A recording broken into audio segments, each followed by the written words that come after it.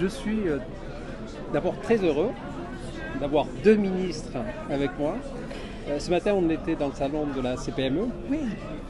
Entrepreneur moi-même avant d'être député, je sais l'effort qu'on fait aujourd'hui en faveur de la petite entreprise. Quel message on pourrait faire passer aujourd'hui à la TPE-PME, sachant que ces entreprises représentent à peu près 90% du tissu économique français. Exactement, d'abord leur redire le poids qu'elles représentent dans l'économie française, qui pour nous est absolument indispensable. C'est un emploi de proximité, c'est un emploi d'agilité, parce que ces entreprises ont des capacités à rebondir, à évoluer très importantes. C'est évidemment un poids très important en matière d'emploi.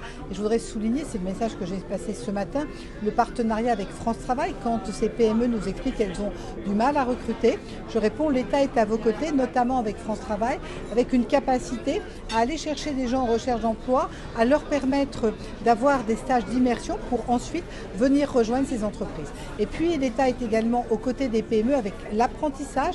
Je rappelle l'objectif fixé par le président de la République, 1 million d'apprentis à l'échéance 2027. Nous sommes à 853 000. Donc à nous, avec les PME, de continuer.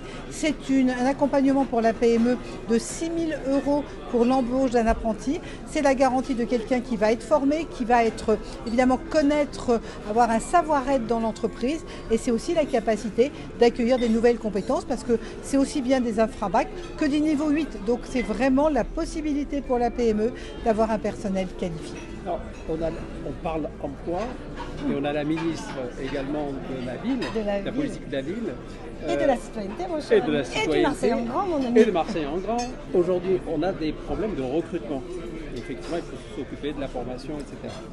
Et on a aussi des gens qui sont en demande, qui sont en difficulté, même dans certains secteurs, notamment à Marseille.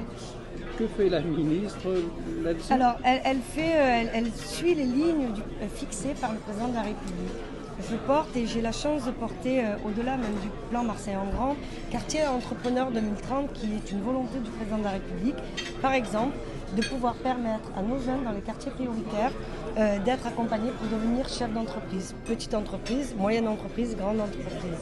De leur permettre, avec des moyens fixés à la BPI, et avec ma collègue et notre collègue Olivia Grégoire, 456 millions d'euros avec un objectif simple. À 2027, faire sortir 100 000 entrepreneurs de nos quartiers prioritaires, d'être accompagnés, d'être financés, de les mettre sur une rampe de lancement. Et je l'avais dit, et je passe vraiment le message. Je reprends les mots de Catherine Vautrin qui m'ont beaucoup touchée. Et c'est vrai, le travail, c'est l'autonomie, c'est l'émancipation. Et leur permettre de choisir aussi de devenir entrepreneur et de leur donner les mêmes chances que n'importe qui à travers le territoire.